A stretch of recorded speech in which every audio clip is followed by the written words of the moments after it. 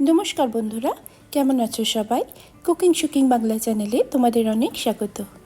আজকের recipe perfect বিয়ে বাড়ি বা অনুষ্ঠান বাড়ির মতো ছোলার ডাল রান্না করা, যেটা লুচি, পরোটা বা কচুরির সাথে অসাধারণ লাগে খেতে। রেসিপিটা শেষ অবধি দেখার অনুরোধ রইল। থাকছে প্রচুর টিপস অ্যান্ড ট্রিক্স। এর জন্যে 300 গ্রাম মতন ছোলার ডাল আমি 3 থেকে 4 ঘন্টা ধরে ভিজিয়ে রেখেছিলাম। ভেজানোর আগে অবশ্যই খুব ভালো করে ধুয়ে নিয়েছিলাম। 3-4 ঘন্টা পরে ডালগুলো দেখো বেশ সাইজে বড় বড় হয়ে গেছে।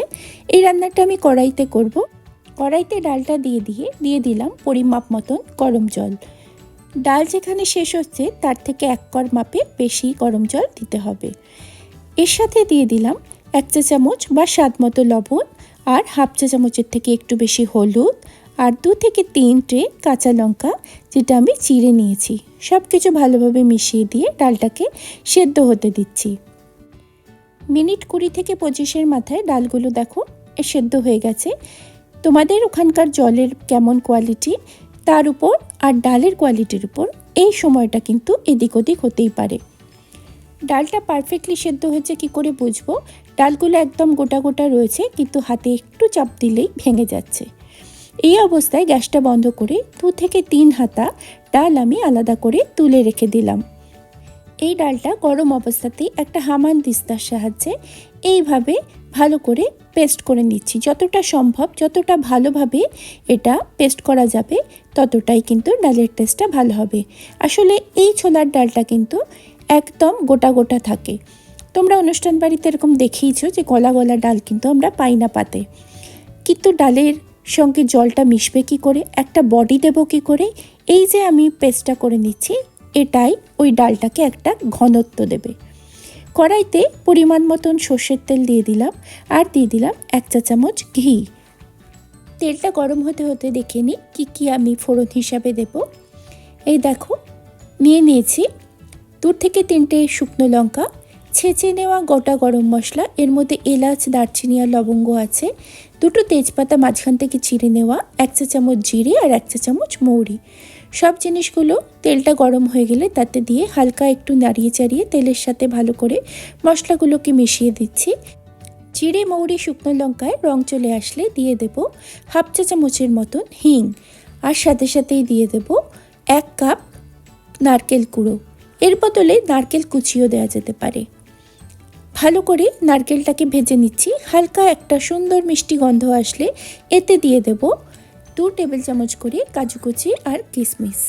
30 সেকেন্ডের মতন কাজু আর কিশমিশটাকে সাঁতলে নিয়ে এর সাথে মিশিয়ে দেব 1 চা চামচ ফাড়া ভরা আদা বাটা।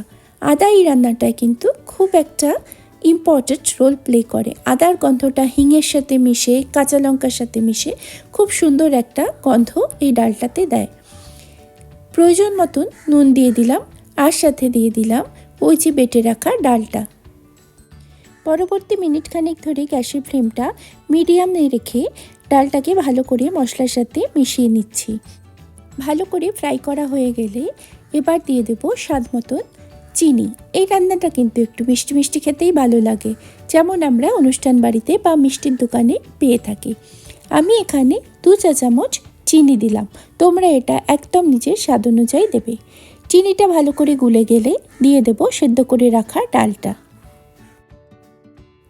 ডালটা ভালো করে সমস্ত মশলার সাথে মিশিয়ে দিচ্ছি। এ অবস্থায় ওপর থেকে 2টো কাঁচা লঙ্কা আমি একদম চিড়ে সেটাকেও দিয়ে দিলাম। এতে ফ্লেভারটা খুব সুন্দর আসবে। এবার একটা ট্রিক্স তোমাদের শেখাচ্ছি, যার জন্যে এর স্বাদটা অনেকটা বেড়ে যাবে। হাফ চা চামচ আদা বাটা হাফ কাপ জলে আমি গুলে রেখে দিয়েছিলাম। ওপর থেকে সেই জলটা আমি দিয়ে দিলাম।